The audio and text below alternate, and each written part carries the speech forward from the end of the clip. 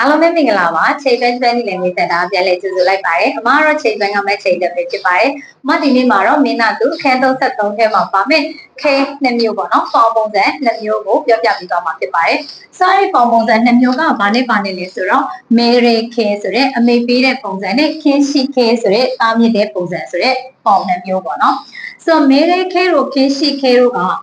ဒီမှာဆိုမြင်တဲ့အတိုင်းပဲမေရီခဲဆိုတော့ဘာကိုပြောတာလဲဆိုတော့အမေပေးတဲ့ပုံစံအမိန်ပေးတဲ့ပုံစံဆိုတော့နေရာတိုင်းမှာသုံးလို့မရအောင်ပေါ့နော်နေရာတိုင်းမှာမသုံးလို့မရှိဘူးပြီးရင်တော့သူကခင်းရှိခဲသူလည်းပဲတားမြစ်တဲ့ပုံစံတိတ်ပြီးတော့မှမသုံးတာတော့မဟုတ်သုံးတယ်ဒါပေမဲ့နေရာတိုင်းမှာတော့တိတ်ပြီးတော့မှသုံးလို့တော့မရှိဘူးပေါ့နော်ဆိုတော့အထူးသဖြင့်ကတော့အိမ်နေမှာပြီးတဲ့ခါကျရင်အကြီးကနေပြီးတော့မှအငယ်ကိုအမိန်ပေးတယ်ဆိုလည်းစဉ်းစားကြည့်လို့ရှိရင်တို့အငယ်ကနေအကြီးကိုသွားပြီးအမိန်ပေးရမျိုးတွေလုပ်လို့မရှိဘူးပေါ့နော်ဆိုတော့အကြီးကနေအငယ်ကိုအမိန်ပေးတဲ့ပုံစံဥပမာအိမ်ထဲမှာအိမ်မှာအမေကနေပြီးတော့မှသားသမီးကိုပြောတဲ့အခါအကိုကနေမောင်နေညီမတွေကိုပြောတဲ့အခါပြီးနောက်တစ်ခုကဥပမာတစ်ဆက်နော်အပေါ်ကလူကနေပြီးတော့မှအောက်ကလူကိုအမိန်ပေးတဲ့သုံးတဲ့အသုံးနှုန်းတွေသုံးတဲ့နေရာတွေမှာဒါမျိုးတွေကိုသုံးတာဖြစ်ပါတယ်ဆိုတော့ဒီရဲ့မေရိခဲ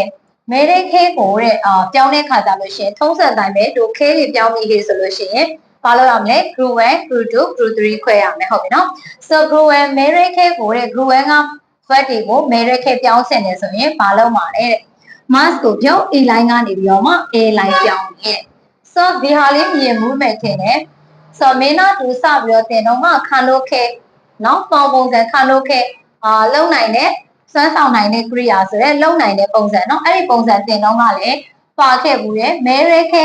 sorry ခါလို့ခဲမှာသုံးခဲ့တော့ကလည်း e line ကနေ a line ပြောင်းသူ့မှာတော့မတို့ဘာပြန်ပေါင်းရလဲဆိုတော့ mask လေးပြန်ပေါင်းရတယ်ဟုတ်ပြီနော်ဒီမှာတော့ mask ပြန်ပေါင်းဆရာမလိုဘူး mask ကိုဖြုတ်ပြီးတော့မှ a line ကနေပြီးတော့မှ a line ပြောင်းလိုက်ရုံပဲဆိုတော့ဒီမှာ rail လေးတွေပေးထားတယ်ပြောကြည့်အောင်ပြောင်းကြည့်မယ်နော်ဆိုတော့ e mask ကပြောသည်ဆိုတဲ့ဟာလေးစမေရိခဲပြောင်းချင်ရင် mask ကိုဖြုတ် e line ကနေပြီးတော့မှ a line ပြောင်းဆိုတော့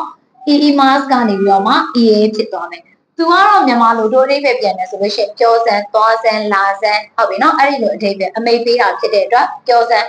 ဟုတ်ပြီနော်မပြောလို့မရအောင်ပြောအဲ့လိုမျိုးပြောစံပေါ့နော်အိမ်မှာမိဘကနေသားသမီးကိုဆူတဲ့အခါမျိုးညီရနေပြီးတော့မှ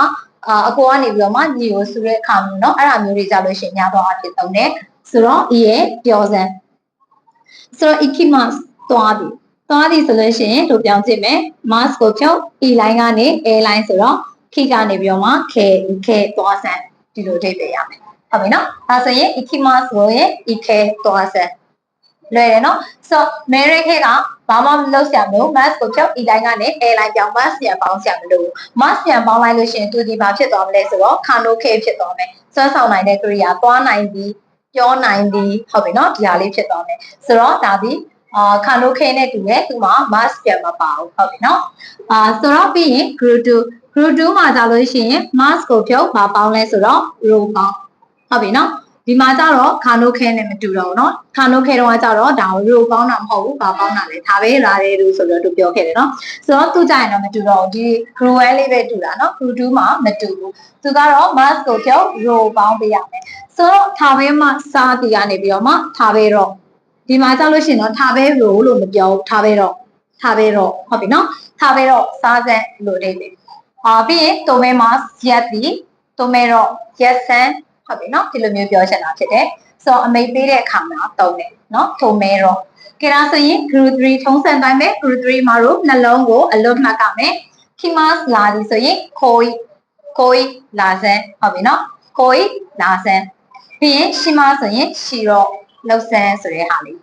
နော်ဒီလိုပုံစံမျိုးလေးဒါကမဲရဲခဲပြောင်းတဲ့ပုံစံခဲ33မှာတော့ခဲက2မျိုးပါမယ်နော်မဲရဲခဲနဲ့ခင်းရှိခဲနောက်တစ်မျိုးကခင်းရှိခဲတားမြစ်တဲ့ပုံစံသူကတော့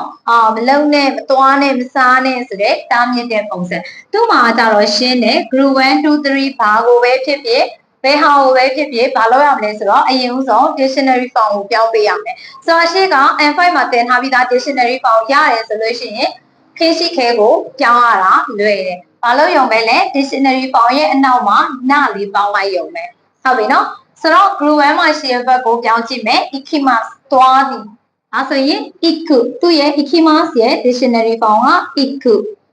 ကိုအနောက်ကဘာလေးပေါင်းလိုက်လဲနလေးပေါင်းလိုက်တယ် iku နာမသွားနဲ့ဟုတ်ပြီနော် iku နာမသွားနဲ့ပြီးရင် group 2မှာထားပဲမှာစားသည် ဆိုတော့ tabemas ရဲ့ dictionary ပေါင်းက taberu ဆိုတော့နောက်ကနာလေးပေါင်းလိုက်တော့ taberuna ဟုတ်ပြီနော် taberuna ဆိုရင်မစားနဲ့ဒီလိုပြောချင်တာပြီးရင်နောက်တစ်ခုက grocery ကတော့နှလုံးအမြဲတမ်းပါတယ် kimas နဲ့ shimas နဲ့ kimas ရဲ့ dictionary ပေါင်းက kuru နောက်ကနာလေးပေါင်းလိုက်တော့ kuruna မလာနဲ့ shimas ကပြုလုပ်သည် suruna shimas ရဲ့ dictionary ပေါင်းက suru နာလေးနဲ့ပေါင်းလိုက်တော့ suruna မလုံးနဲ့ဟုတ်ပြီနော်ဒီလိုပေါင်းလေး2မျိုးပါမယ်ဆိုတော့33မှာဘုံဘုံမှာတော့ဒီရဲ့ပေါင်းလေးတွေလည်းထပ်ပြီးတော့မှသုံးပြီးတော့မှ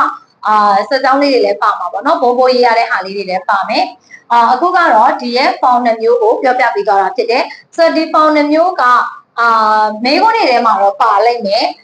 တချို့စကားပြောတွေမှာဆိုလို့ရှိရင်တော့တိတ်ပြီးတော့မှတွေ့ရမှာတော့မဟုတ်ပေမဲ့အပြင်လက်တွေ့မှာတော့တကယ်တန်းကြလို့ရှိရင်သုံးတယ်ပေါ့နော်တကယ်ချင်းကြားထဲမှာတွေနော်လူငယ်တွေကြားထဲမှာတွေပြောတယ်မိသားစုချင်းကြားထဲမှာတွေပြောတယ်ဆိုတော့မပြောတာမဟုတ်ဘူးပြောတယ်ဒါပေမဲ့ထုံးစံတိုင်းပဲဂျပန်တွေကများသောအားဖြင့်ဆက်ဆချင်းတွေ့ရင်ကျေးရဲ့ပုံစံလေးနဲ့ပြောကြရဲပါတယ်ဆိုတော့ဒီဟာမျိုးဆက်ဆချင်းမှတွေ့မှာမဟုတ်ဒါပေမဲ့ဂျပန်ရောက်တာကြာလာလို့ရှိရင်ဒီဟာလေးတွေလည်းကြားလာရလိမ့်မယ်နော်ဆိုတော့အမိန်ပေးတဲ့ပေါင်နဲ့ကားမြင့်တဲ့ပေါင်